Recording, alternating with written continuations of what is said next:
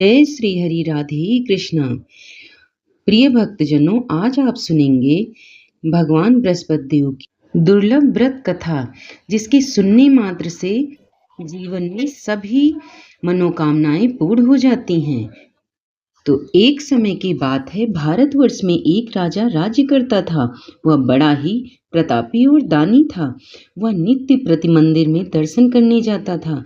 वह ब्राह्मण और गुरु की सेवा किया करता था। उसके दरवाजे से कोई भी निराश होकर नहीं लौटता था, तथा वह प्रत्येक गुरुवार को व्रत रखता एवं पूजन करता था।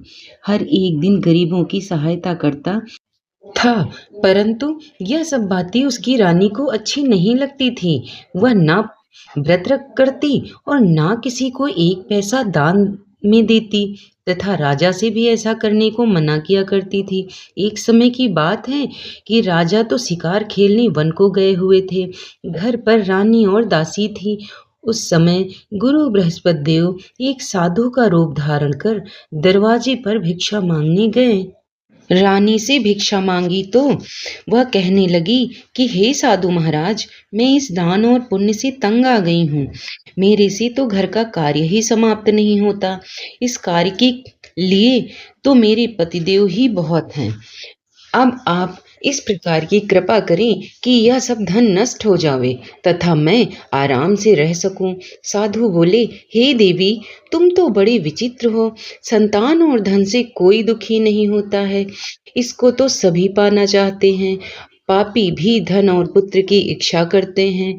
अगर आपके पास धन अधिक है तो भूखे मनुष्यों को भोजन कराओ, प्याऊ बनवाओ, ब्राह्मणों को दान दो, धर्मशाला बनवाओ, कुआं, तालाब, बावड़ी, बाग, बगीचे आदि के निर्माण कराओ, तथा निर्धन मनुष्यों की कुंवारी कन्याओं का विवाह कराओ और अनेक यज्ञ आदि धर्म करो। इस प्रकार के कर्मों से आपके कुल का और आपका नाम परलोक में सार्थक होगा एवं स्वर्ग की प्राप्ति के लिए भी होगी।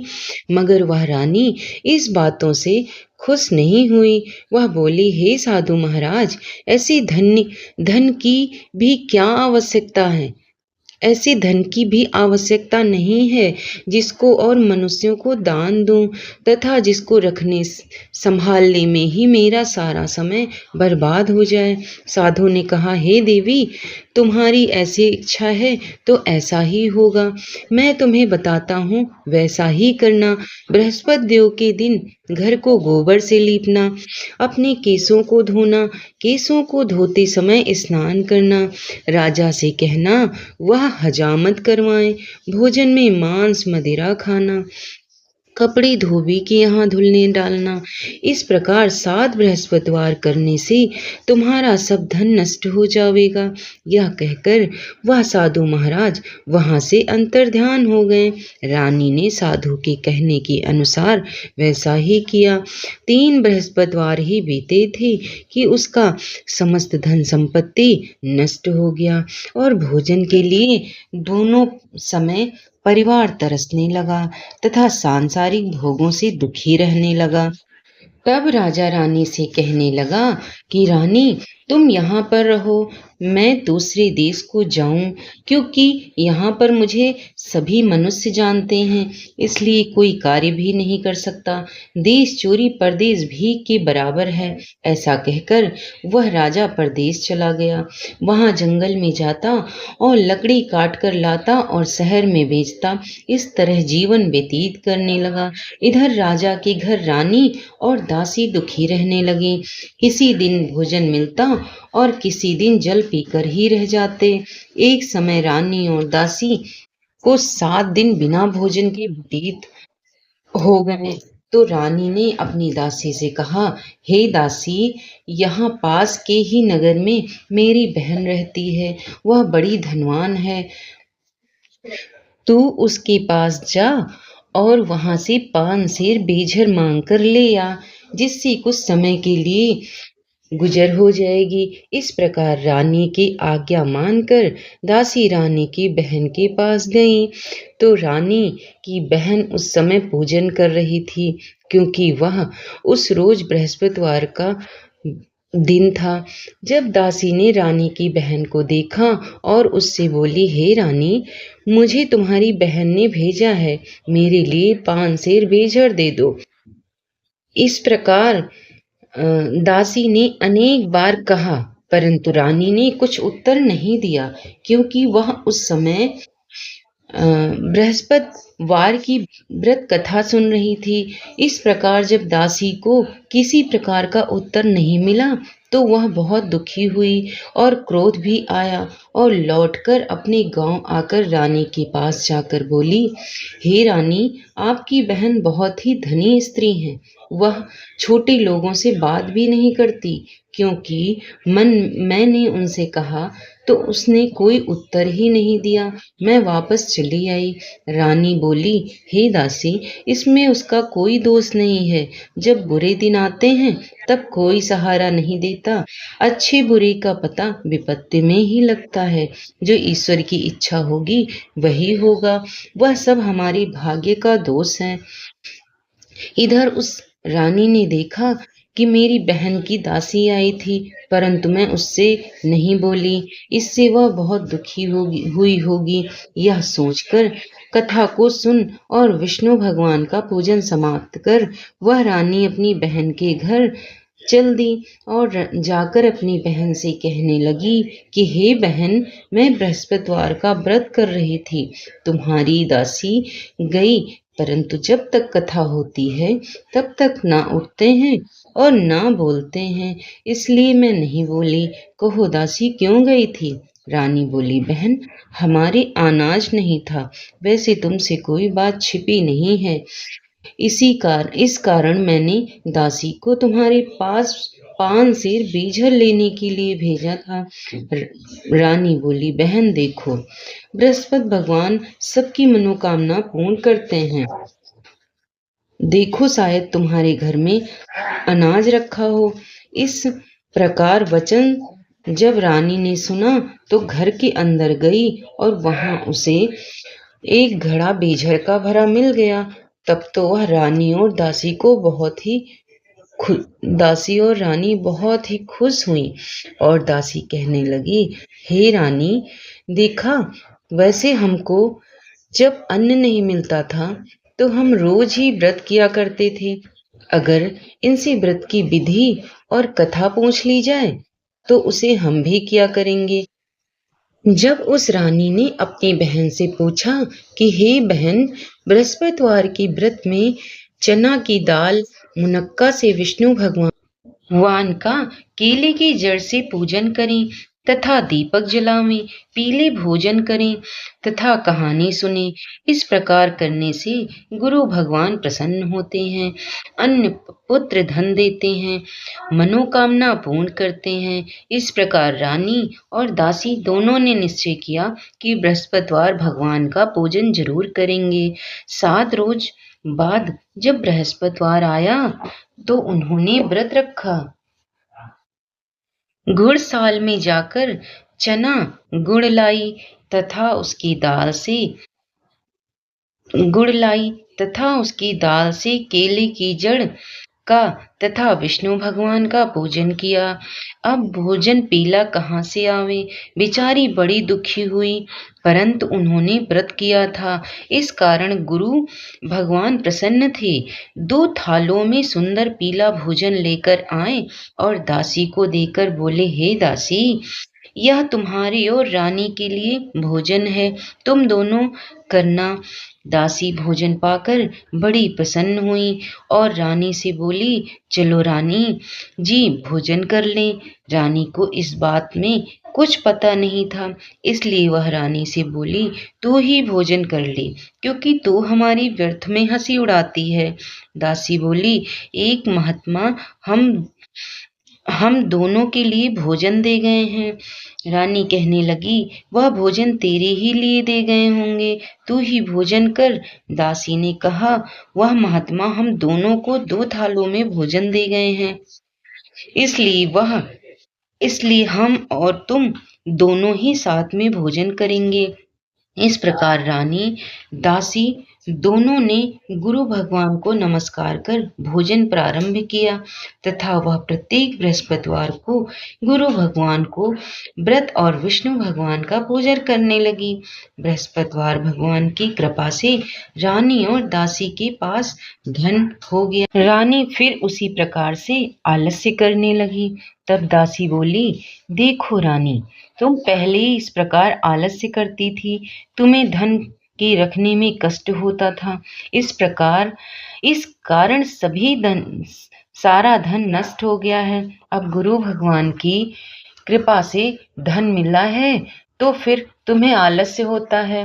बड़ी मुसीबतों के बाद हमने यह धन पाया है, इसलिए हमें दान पुण्य करना चाहिए तथा भूखे मनुष्यों को भोजन कराओ, प्याऊ लगवाओ, ब्राह्मणों को दान दो, कुआं तालाब बावड़ी आदि का निर्माण करो, मंदिर पाठशाला बनवाकर दान दो, कुंवारी कन्याओं का विवाह करवाओ, धन को शुभ कार्यों में खर्च करो, जिससे तुम्हारे कुल का यश बढ़े तथा स्वर्ग प्राप्त हो और पितृ प्रसन्न होवे। तब रानी ने इसी प्रकार के कर्म करने प्रारंभ किए तो काफी यश फैलने लगा। एक दिन रानी और दासी विचार करने लगे, ना जानी राजा किस दशा में होंगे, उनकी कोई खोज खबर नहीं है। गुरु भगवान से उन्होंने प्रार्थना की और भगवान ने रात्रि में राजा को स्वप्न में कहा, हे राजा, उठ, तेरी रानी तुझको याद कर रही है, अपने देश को चला जा। राजा प्रातः काल उठा और विचार करने लगा, स्त्री जाति खाने और पहनने की ही साथी होती है, पर भगवान की आज्ञा मानकर वह अपने नगर के लिए चलने को तैयार हो गई। इससे पूर्व जब राजा परदेश चला गया था तो दुखी रहने लगा। प्रतिदिन जंगल में से लकड़ी बीन कर लाता और उन्हें शहर में बेचकर अपने दुखी जीवन को बड़ी कठिनता से व्यतीत कर रहा था। एक दिन राजा अपनी पुरानी बातों को याद करके दुखी हो रोने लगा। तब उस जंगल में बृहस्पतिवार देव एक साधु का रूप धारण कर आए और राजा के पास आकर बोले, हे लकड़हारे, तुम इस सुनसान जंगल में किस चिंता में बैठे हो, मुझको बतलाओ। यह सुन राजा के नेत्रों में जल भर आया और साधु को वंदना कर बोला, हे प्रभु, आप सब कुछ जानने वाले हो। इतना कहने पर साधु को अपनी संपूर्ण कहानी सुना दी। महात्मा दयालु होते हैं। वे राजा से बोले, हे राजा, तुम्हारी स्त्री ने बृहस्पतिवार का अपराध किया था, जिस कारण तुम्हारी यह दशा हुई है। अब किसी प्रकार की चिंता मत करो, भगवान तुम्हें पहले से अधिक धन देगा। देखो, तुम्हारी स्त्री ने बृहस्पतिवार का व्रत प्रारंभ कर दिया है और तुम मेरा कहा मानकर बृहस्पतिवार को व्रत करके चने की दाल गुड़ जल के लोटे में डालकर केला का पूजन करो, फिर कथा कहो और सुनो, भगवान तुम्हारी सब मनोकामनाएं पूर्ण करेंगे। साधु को प्रसन्न देखकर राजा बोले, हे प्रभु, मुझे लकड़ी बेचकर इतना पैसा भी नहीं मिलता जिससे भोजन के उपरांत कुछ बचा सकूं।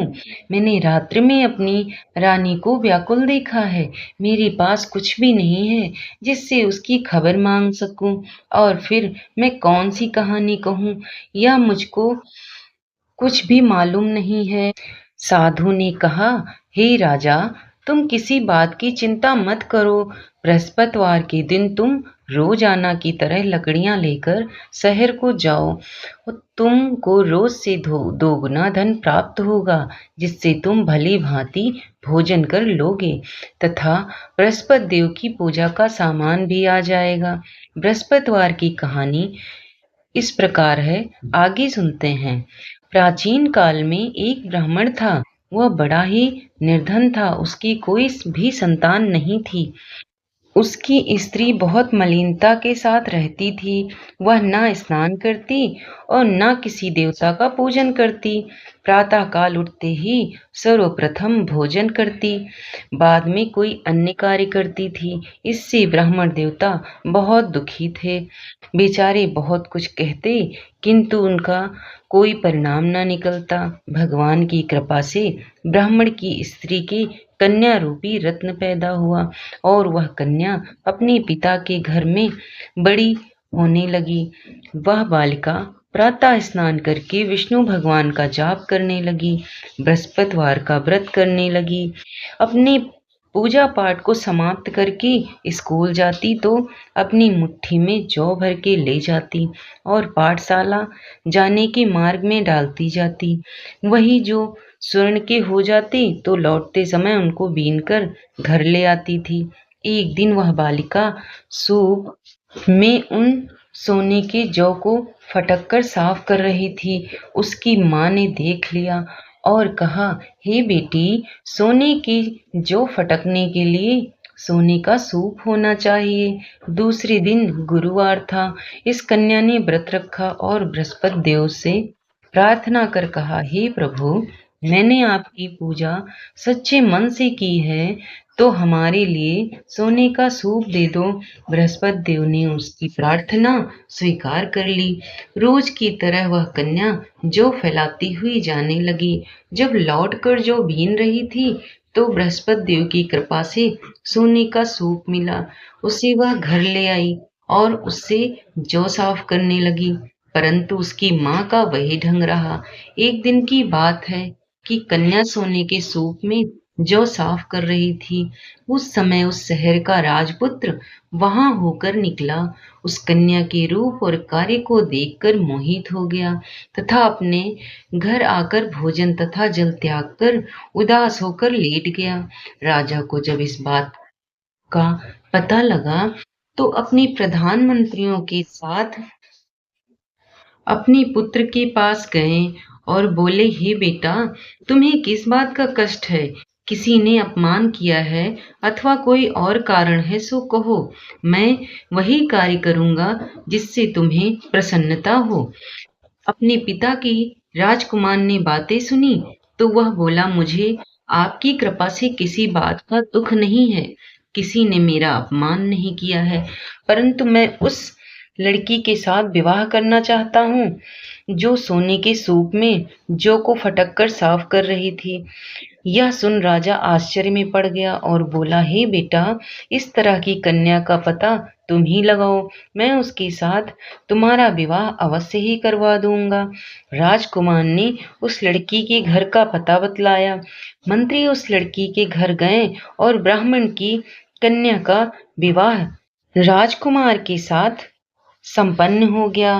कन्या के घर से जाते ही पहले की भांति ब्राह्मण देवता के घर में गरीबी का निवास हो गया।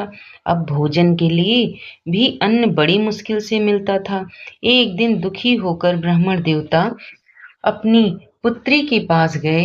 बेटी ने पिता की दुखी अवस्था को देखा और अपनी माँ का समाचार बताया। तब ब्राह्मण ने सभी हाल कहा।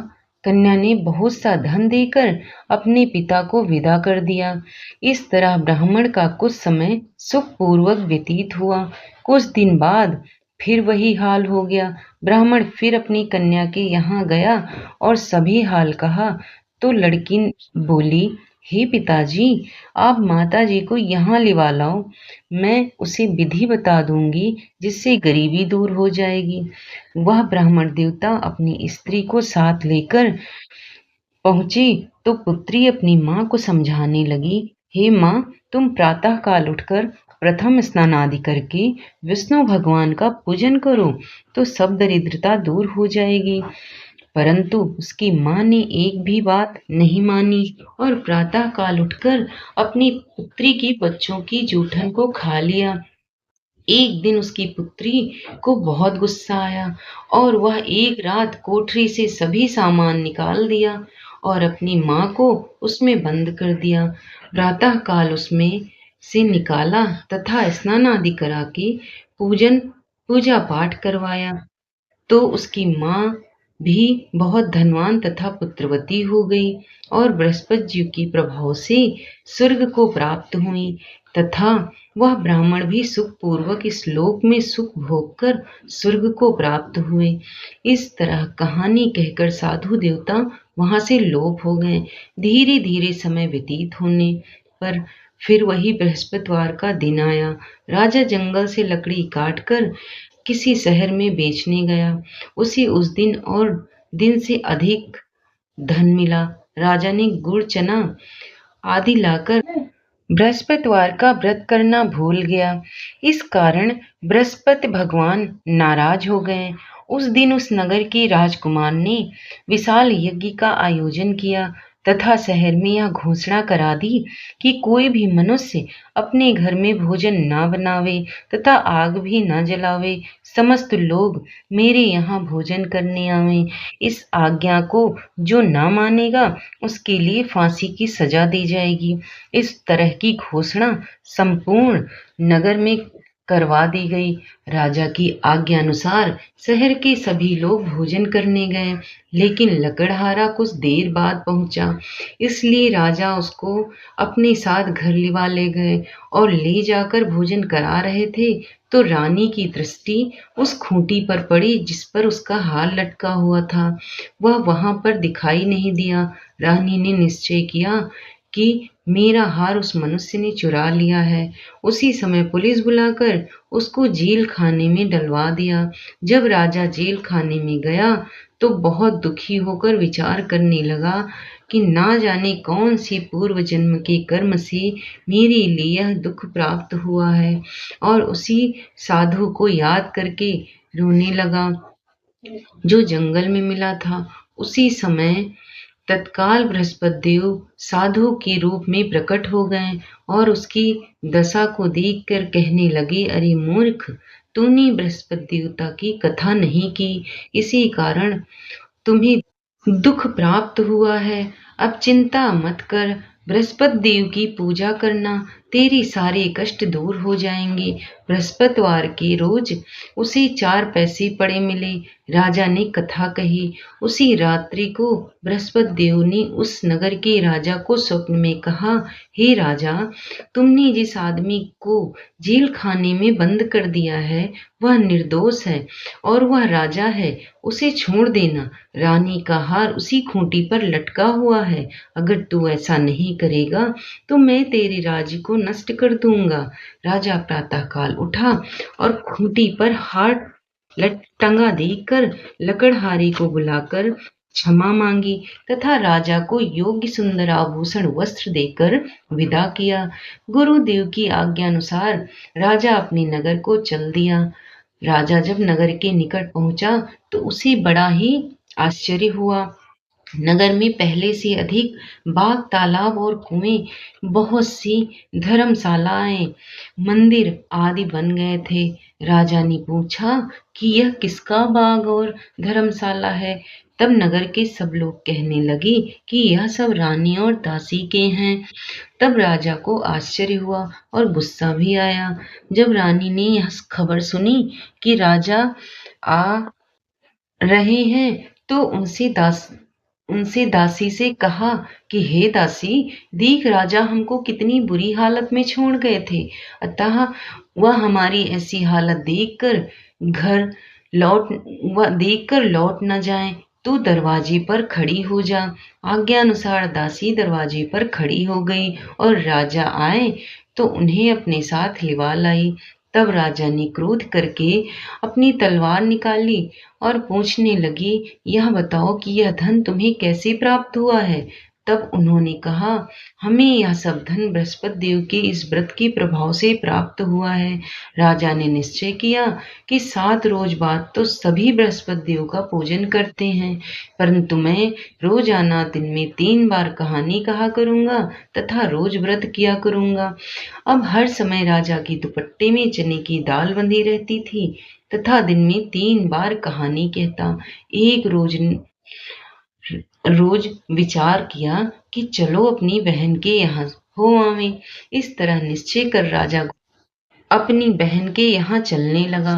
मार्ग में उसने कुछ आदमी एक मुर्दे को लिए जा रहे हैं। उन्हें रोककर राजा कहने लगा, अरे भाइयों, मेरी बृहस्पति देव की कहानी सुन लो। वे लोग बोले, लो, हमारा तो आदमी मर गया है, इसको अपनी कथा की पड़ी है। परंतु कुछ आदमी बोले, अच्छा कहो, हम तुम्हारी कथा भी सुनेंगे। राजा ने दाल निकाली। जब कथा आधी हुई तो मुर्दा हिलने लग गया, और जब कथा समाप्त हो गई तो राम राम करके वह मनुष्य खड़ा हो गया। आगे मार्ग में उसे एक किसान खेत में हल चलाता मिला। राजा ने उसे देखा और उससे बोला, अरे भैया, तुम कहीं बृहस्पतिवार की कथा सुन लो। किसान बोला, जब तक मैं तेरी कथा सुनूंगा तब तक 4 हरैया जोत लूंगा। जा अपनी कथा किसी और को सुनाना। इस तरह राजा आगे चलने लगा। राजा के हटते ही बैल पछाड़ खाकर गिर गए तथा उसके पेट में बहुत जोर से दर्द होने लगा। उस समय उसकी माँ रोटी लेकर आई। उसने यह जब देखा तो अपने पुत्र से सब हाल पूछा और बेटे ने सभी हाल कह दिया। तो बुढ़िया दौड़ी दौड़ी उस घुड़सवार के पास गई और उससे बोली, मैं तेरी कथा सुनूंगी, तू अपनी कथा मेरे खेत पर ही चलकर कहना। राजा ने बुढ़िया के खेत पर जाकर कथा कही, जिसकी सुनते ही बैल खड़े हो गए तथा किसान के पेट का दर्द बंद हो गया। राजा अपनी बहन के घर पहुंच गया। बहन ने भाई की खूब मेहमानी की। दूसरे रोज प्रातः काल राजा उठ जगा तो वह देखने लगा कि सब लोग भोजन कर रहे हैं। राजा ने अपनी बहन से कहा कि ऐसा कोई मनुष्य है जिसने भोजन नहीं किया हो, मेरी बृहस्पतिवार की कथा सुन ले। बहन बोली, हे भैया, यह देश ऐसा ही है, पहले यहाँ लोग भोजन करते हैं, बाद में अन्य कार्य करते हैं। अगर कोई पड़ोस में है तो मैं देख आऊं। वह ऐसा कहकर देखने चली गई, परंतु उसे कोई भी ऐसा व्यक्ति नहीं मिला जिसने भोजन ना किया हो। अतः वह एक कुम्हार के घर गई जिसका लड़का बीमार था। उसे मालूम हुआ कि उनके यहाँ 3 रोज से किसी ने भोजन नहीं किया है। रानी ने अपने भाई की कथा सुनने के लिए कुम्हार से कहा। वह तैयार हो गया। राजा ने जाकर बृहस्पतिवार की कथा कही, जिसको सुनकर उसका लड़का ठीक हो गया। अब तो राजा की प्रशंसा होने लगी। एक दिन राजा ने अपनी बहन से कहा कि हे बहन, हम अपने घर को जाएंगे, तुम भी तैयार हो जाओ। राजा की बहन ने अपनी सास से कहा तो सास बोली, चली जा, परंतु अपने लड़कों को मत ले जाना, क्योंकि तेरे भाई की कोई औलाद नहीं है। बहन ने अपने भैया से कहा, हे भैया, मैं तो चलूंगी, पर कोई बालक नहीं जाएगा। राजा बोला, जब कोई बालक नहीं चलेगा तब तू ही क्या करेगी चल के। बड़ी दुखी मन से राजा अपने नगर को लौट आया। राजा ने अपनी बहन रानी से कहा, हम निर्वंशी राजा हैं, हमारा मुंह देखने का धर्म नहीं है और कुछ भोजन आदि नहीं किया। रानी बोली, हे प्रभु, बृहस्पति देव ने हमें सब कुछ दिया है, हमें औलाद अवश्य देंगे। उसी रात को बृहस्पति देव ने राजा को स्वप्न में कहा, हे राजा, उठ, सभी सोच त्याग दे, तेरी रानी गर्भ से है। राजा की यह बात सुनकर बड़ी खुशी हुई। 9वें महीने उसके गर्भ से एक सुंदर पुत्र पैदा हुआ। तब राजा बोला, हे रानी, स्त्री बिना भोजन के रह सकती है, बिना कहे नहीं रह सकती। जब मेरी बहन आवे तो तुम उससे कुछ मत कहना। रानी ने सुनकर हाँ कर दिया। जब राजा की बहन ने यह शुभ समाचार सुना तो वह बहुत खुश हुई तथा बधाई लेकर अपने भाई के यहाँ आई। तभी रानी ने कहा, घोड़ा चढ़कर तो नहीं आई, गधा चढ़ी आई। राजा की बहन बोली, भाई, मैं इस प्रकार ना कहती तो तुम्हें औलाद कैसे मिलती। बृहस्पति देव ऐसे ही हैं, जैसी जिसके मन में मनोकामनाएं हैं सभी को पूर्ण करते हैं। जो सद्भावना से बृहस्पतिवार का व्रत करता है एवं कथा पढ़ता या सुनता है और दूसरों को सुनाता है, बृहस्पति देव उसकी सभी मनोकामनाएं पूर्ण करते हैं। भगवान बृहस्पति देव उनकी सदैव रक्षा करते हैं। संसार में सद्भावना से भगवान जी का पूजन व्रत सच्चे हृदय से करते हैं तो उनकी सभी मनोकामनाएं पूर्ण हो जाती हैं। जिससे सच्ची भावना से रानी और राजा ने उनकी आज्ञा का गुणगान किया तो बृहस्पति देव ने उनकी सभी इच्छाएं पूर्ण की। सब इसीलिए सब कथा सुनने के बाद प्रसाद लेकर ही जाना चाहिए। हृदय से उनका मनन करते हुए जयकारा बोलना चाहिए। तो जैसे बृहस्पति देव भगवान ने राजा और रानी की मनोकामनाएं पूर्ण की, वैसे सुनने वाले सभी भक्तजनों की मनोकामनाएं बृहस्पति देव पूर्ण करें। और अब सुनेंगे आरती। जय बृहस्पति देवा, स्वामी जय बृहस्पति देवा, छिन छिन भोग लगाऊं कंदिली फल मेवा। ओम जय बृहस्पति देवा, तुम पूर्ण परमात्मा, तुम अंतर्यामी, जगत पिता जगदीश्वर, तुम सबके स्वामी। ओम जय बृहस्पति देवा। चरणामृत निज निर्मल, सब पातक हरिता, स्वामी सब पातक हरिता, सकल मनोरथ दायक, कृपा करो भरिता। ओम जय बृहस्पति देवा, तन मन धन अर्पण कर, जो जन शरण पर स्वामी जो जन शरण पड़े, प्रभु प्रकट तब हो करे, आकर द्वार खड़े। जय बृहस्पति देवा, दीन दयाल दयानिधि, भक्तन हितकारी, स्वामी भक्तन हितकारी, पाप दोष सब हरता, भव बंधन हारी। ओम जय बृहस्पति देवा, सकल मनोरथ दायक, सब संशय टारी, स्वामी सब संशय टारी, विषय विकार मिटाओ, संतन सुखकारी। जय बृहस्पति देवा, जो कोई आरती तेरी, प्रेम सहित गावे, स्वामी प्रेम सहित गावे। ज्येष्ठानंद बंदे गुरु को निश्चय फल पावे। स्वामी जय बृहस्पति देवा, सब बोलो विष्णु भगवान की जय, बोलो भगवान बृहस्पति देव की जय। जय बृहस्पति देवता। तो दोस्तों, अगर कथा पसंद आई है और अच्छी लगी है तो